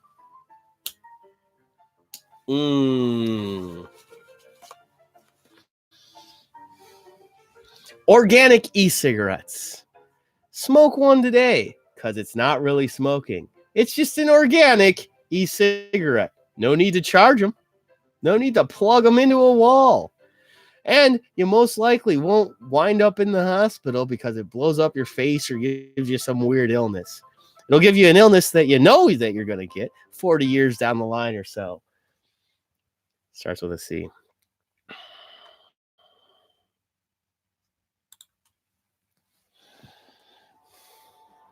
And I'm just playing this because I want to listen to music under whatever I'm going to talk about for the last 20 freaking minutes. It's just crap show of a show. I don't think I really had any more stuff planned to go on about regarding the Baker Grossi thing, because I'm just going to get yelled at. So, told I'm wrong. Grossi did his job. Grossi was not doing his job. Your job as a reporter isn't to just get under people's skin for no reason. It's if that's Amapor on Amapor and Company. If that's Stephanopoulos, that's what Grossi was doing. He was just needling a guy. And Baker did the wrong thing. Baker reacted like Trump does. That's what Baker did. That's all that happened. Go ahead, make the parallel, watch some video yourself. It's the exact same thing. Football players, that's the other fantastic thing. All they are is merely football players. We're going to act like they're any different than the guys we knew in high school. The guys at college, if you knew college guys, like all of a sudden overnight they matured to this level that they have etiquette, that they're brilliant minds. I mean, the baseball dudes carry themselves differently. The basketball dudes are the basketball dudes. The football guys are the football guys. That's how they act. Surprised that they act that way? Well, basketball, there's an in between. There's a whole plethora of different kind of dudes. Baseball sort of has the same thing. Football guys are just about all. Not all of them are going to be Myles Garrett reciting poetry. Baker certainly isn't going to be reciting poetry. I don't even know if you were to ask Baker if he'd ever read a poem. He's like, those are the things that rhyme, right? Sometimes. He'd probably tell you a few dirty limericks. That much he'd know. You ask Baker Mayfield what his favorite poem is, he'll start off with, there once was a girl from Nantucket. He's not a brilliant guy. He's a football player. He's not supposed to be smart. But I'd like him to be a little smarter than he is. Because at the same time, if I'm expecting, I want to expect the same thing out of Grossi. I would expect if I were to ask him what his favorite poem is, I wouldn't expect him to start reciting a recipe for making meatballs or whatever thing that it's. I go to Rizzo. It's Tony Rizzo that I have the problem with, and it's where the buddy stuff is. And as things continue to unravel and go on with that nonsense show that they have on the dial between 8:49 and 8:51, and his good little buddy who's been around for over a dozen years, who doesn't know a damn thing about sports, goes on, and he's Goldhammer, and he's got his little job. And the cronyism and nepotism that runs rampant in that station, because the only reason why Rizzo is around here is because his father, whatever his name was, it wasn't Rizzo. His father was the big sports guy here in this town in the 60s and 70s. Rizzo gets his job. Rizzo goes to Ohio University. He meets Tony Grossi. They make love. They've been friends ever since. They were roommates, top bunk, bottom bunk. They probably argued over which would be top and which would be bottom. Maybe they took turns. One's the top one night, the other's the top the other night. And those two, they go way back, super far back. And now this is where the problem comes in. And we're not going to get fresh blood. We're not going to get new ideas. We're just going to get constant needling and Rizzo yelling and complaining and the stuff that he's done for the last 15 or so years, maybe even longer. I've lost track. Producer Dad, say something? Yeah, let me just wrap up the fact that Tony Rizzo's son is probably going to be his next co-host on his own show. I just have a question. Yeah, go ahead, Dad. Whatever happened to Tony Pluto? Terry Pluto. Terry Pluto. Yeah, well, he's in the Akron area. He writes for the Akron Beacon Journal and then writes about 1 or 2 books a year and still writes great articles that you can find cleveland.com. He's one of the saving graces there. Great football stuff. He's a little bit better at baseball. I own several of his books. Pluto, you never always agree with everyone. I certainly can't say that I've always completely agreed with Pluto, but Pluto will write eloquently and make sure that his point isn't vague. Pluto is an excellent writer, and when he says what he means what he says. So Pluto, yeah, he's still working. He's always worked, to my knowledge, unless it goes back to like the plain press in the 80s. I think he's been with the Akron Beacon Journal since then. As he went to college down that way, he's more from around that way. And he's Terry Pluto, excellent job, excellent writer. One of my favorite books by him. I think it's The Curse of Rocky Colavito. It's tough when you've read about the guy's written like 30 or 40 books, and I've read at least a half dozen of them, something like that. Whatever the number is the stories. You forget which book had which story. And just he's an excellent writer. And I mean, when these other guys write books, I haven't read enough of them to make any claims.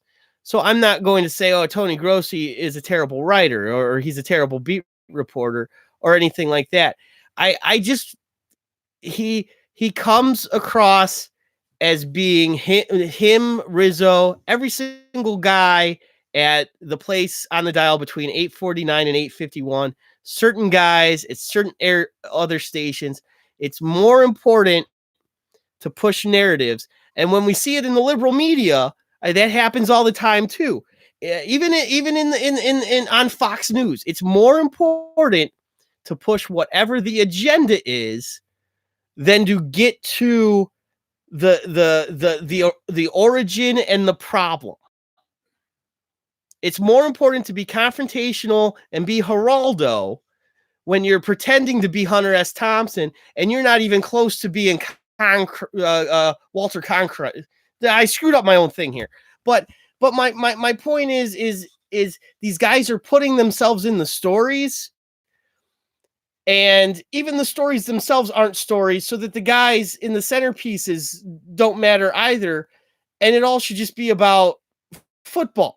And instead it's about, how did you feel? Were you happy? Why? Well, you don't play, you don't know. And they come across as all sounding like children. It's a bunch. It might as well just be me and Paul on tricycles in the front yard because I stole his trike, so I was wrong, which I was. I was the reason why all of the issues happened. And then he goes and he slugs me. I should have just given the tricycle back. But us as 3 and 4 years old have a better understanding of what it is to be adults than the entire Browns organization has had since at least 1999. Yeah, but you had a better head coach manager to make sure that you did what you're supposed to do. Yeah, mom and dad. Actually, you handled that one for the most part. Yeah. I handled that one for the most part. Mom was fine. They supported me in it. Hey, that's how it's all supposed to work. And so when I read things by certain guys who are the other guys in the media and they're commenting on it and they're talking about division and all of this other stuff, well, they're not the ones adding to the support. And the thing is this is all a setup. It's all a setup. If the Browns go on and win 4 of the next 5 ball games, like most reasonable predictions would have, and they have to do more than merely show up, but the team is at an apex in the season, and it's at a point where they can win these few games. They pulled it within a game of the Ravens, and all of a sudden it's going to be, well, Grossi was just rallying up Baker. Oh, Baker really got himself under control. Oh, these fans knew what they were talking about. I don't want to say I'm predicting the story, but you could write this story and it's going to get written and it's all going to be the stuff that we expected. But we're all going to pat ourselves on the back when it's all done. So Grossi will be happy and Mary Kay Cabot. Guess we didn't need to make that trade. Oh, Jarvis Landry, you going to guarantee any more wins? And everybody's going to laugh and be all chummy and like, oh, those Ravens, oh, they really suck. Oh, the Steelers are ahead of you in the standings right now, too, by the way. Doing it with second and third string quarterbacks and smoke and mirrors and running the Wildcat and playing decent defense. Just keep being of all the Cleveland Browns in the world, you guys are the Cleveland Browniest. That one's for Paul. If you can hear me in some warehouse where I guess they all have free internet and he's able to post on Facebook all night long, even though like literally he has a phone like this.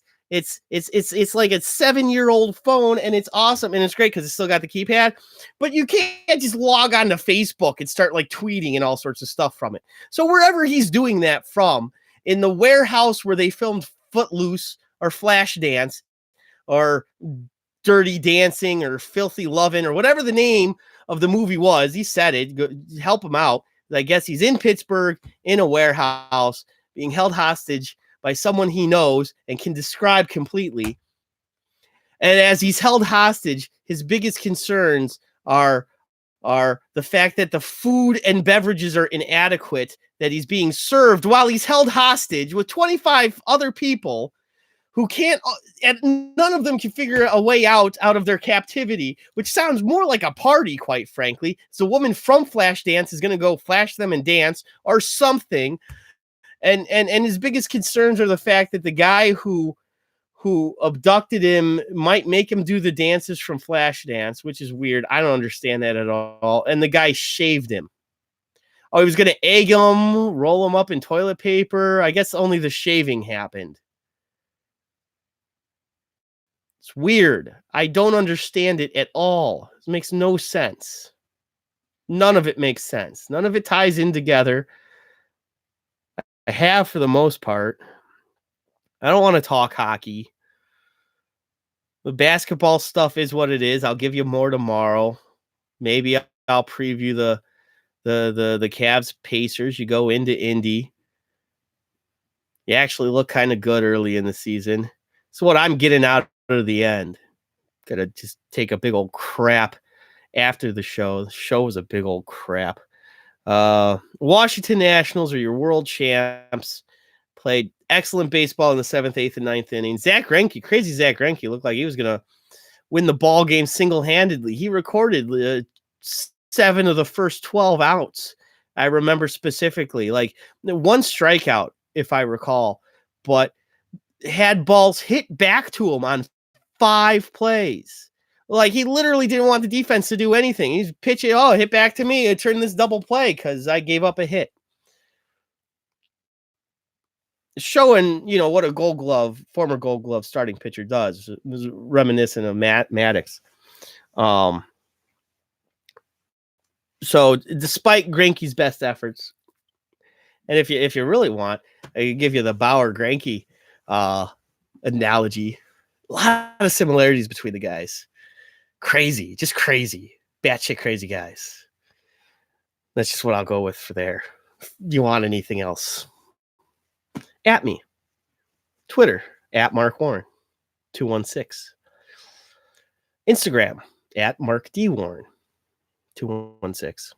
I think those are right. I used to have them written out. I haven't had to look at them for a while because I don't do them anymore. So I figure if you're watching this, you only know about it because I advertised it on the Twitters and Instagrams. I don't really do that on Instagram. Facebooks. Find me on Facebook. Go to the Warren Brothers Sports Show and the Warren Brothers Broadcasting Network. That's where the Facebook stuff is. I don't think I have it written down anymore at this point. Doesn't matter to me. So, unless it matters to you.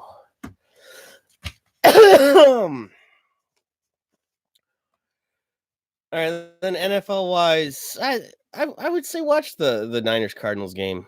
Baseball's over, ended in a reasonably fine enough fashion for me. None of the enormous teams won. Not like the Nationals are built on the cheap, but great veteran leadership, intelligent trades, a couple of young guys coming through in Soto and then Robles. That's the kid that plays center for them. And built on great pitching. They bought the starting pitching. I mean, that's why when comments were made about the bullpen, and it was their weak point, that's true. You can't deny. I think they had the worst bullpen in the National League, but it got better as the year went on. They deemed themselves good enough to make a run. They made a couple deals. They found Fernando Rodney. I think that guy was hanging out by a pool somewhere or something. It brought that guy back. He's played for almost every team in the major leagues too. So it's people played their parts. They played their roles. They played great team baseball, and that's what you need to do to win it all. And that's what the Nationals did.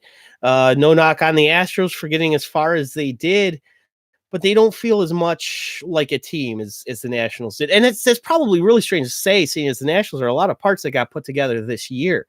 Not a lot of those guys were on this team, but it's because they all had a common goal. They were a lot of guys who had been in the league 8, 9, 10 years. Even their homegrown talent, Zimmerman, who's been around 14, 15. Rendon, who certainly hasn't been around a long time because he's young enough to probably garner an exceptional contract in this offseason.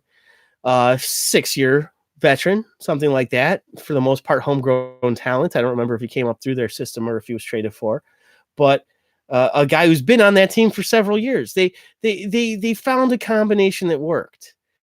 They lost whomever their catcher was. I believe they traded him away. They got Yan Gomes and Kurt Suzuki by a trade or free agency. I know Gomes, of course, was a trade. found Cabrera during the season. I think they made a small deal to get him because he had been with the Mets. I'm fairly certain Cabrera's been around the league a little bit these last few years. But the Nationals constructed a team, guys like Adam Eaton, guys like Howie Kendrick, guys who were important parts of teams in the past, who learned, who became the veterans, who became the guys that you go to for help. They were the oldest age on average. They had the oldest age of any team in the major leagues. 31.9 was average age, something like that. A lot of dudes between 28 and 35. You throw in Fernando Rodney with his 42. You throw in the Soto kid who turned 21 during the series. So it's all of it put together. You get a little hint of that in the other sports, but this is the proof of it and seeing it happen in Major League Baseball. And it's why baseball is what it is. Dudes, all different denominations, races, possibly religions. They're sure owned by an old white billionaire, but that's going to happen because it's professional sports. That's the only thing you can't change. Everything else is great. Everything. Every single part of it. As I think I was spiking on the E's there. Everything. But it's what makes the game what it is. And it's great. And you're not seeing that in the other sports. And at least right now, as Cleveland fans, we're getting a taste of it with this Cavs team. You're getting some of it. Hopefully it lasts quite a bit of this season because I don't know if you're going to see it with the Browns. You're not seeing a togetherness. You're seeing too much individualism. And it makes sense in a respect that happens. The rosters are just is so large. And at least you should see the guys on the offense all getting along together, quarterbacks taking O-lines out for steak dinners on the day off. Whether or not that stuff's happening, I don't know if it is. It doesn't seem like those camaraderies are happening. You got to all be on the same page together. And not just buddy cronyism, we're all friends here stuff. I mean, legit, it's time to get to work, and we better be able to get on the same page together on and off the field.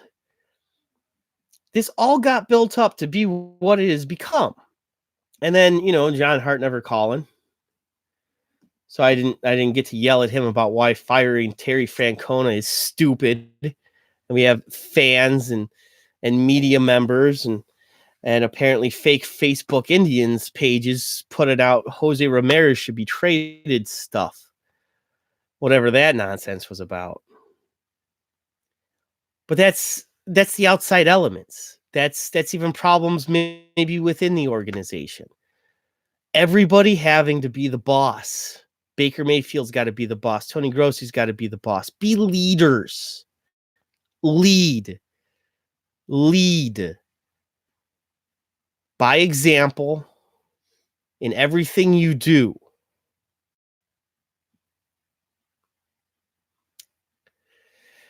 Because if you're just doing it for your own best interests, just because it's what you want to do, it's how you feel that day, you're not going to get anywhere. You're going to continue to be a crappy football team. You're going to be a bunch of journalists who aren't taken seriously by anybody. You're going to be a fan base of aging 20-year-olds and still be that way when you're in your late 40s.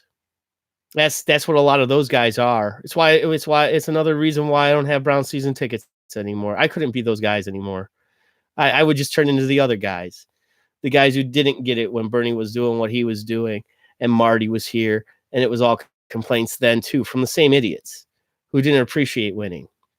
And the guys who are complaining about it now. Is this the same guys?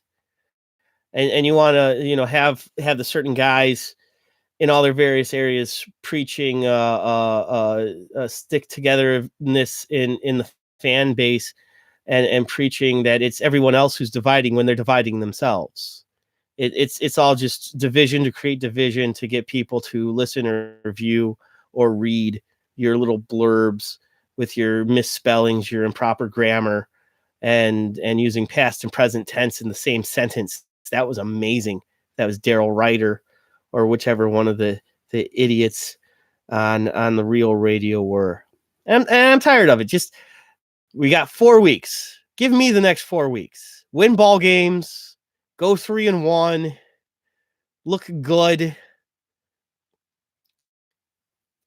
I'd even take a crappy win over a beautiful looking loss. Go ahead and throw 3 more picks, Baker, so long as the team wins. And then take full accountability for throwing those 3 damn picks. So long as the question for Tony Grossi is, were you happy about your performance today? And I think with that's saying plenty. Of course, he wouldn't be happy. He threw 3 picks, but we won the game, so I'm happy for that. And that's your answer, and then bye, everybody. And that's it. It shouldn't have to be reinventing the wheel. It's football. Neanderthals were playing it before, and apparently they're still doing it now. But we got to turn it into Dad says rocket science. I say brain surgery. Apparently it's brain science rocket surgery. It's rocket surgery. They're turning it into rocket surgery because they can't even get that right. So that's it for me. It's been the Warren Brothers Sports Show. For my brother who's out in a warehouse in Pittsburgh or some nonsense. For executive producer Dad. Thanks anybody who chimed in the live chat. You overheard at least John Hart was kind of on the phone in the first segment in a sense because the mic picked him up and gave me some fodder. At least for all of this crap that's happening with the Baker Grossi thing, you still have people who want Terry Francona fired. So, at least there's that. So for Paul, executive producer Dad, and everybody else, I've been Mark Warren. And until next time, this time has been the most recent.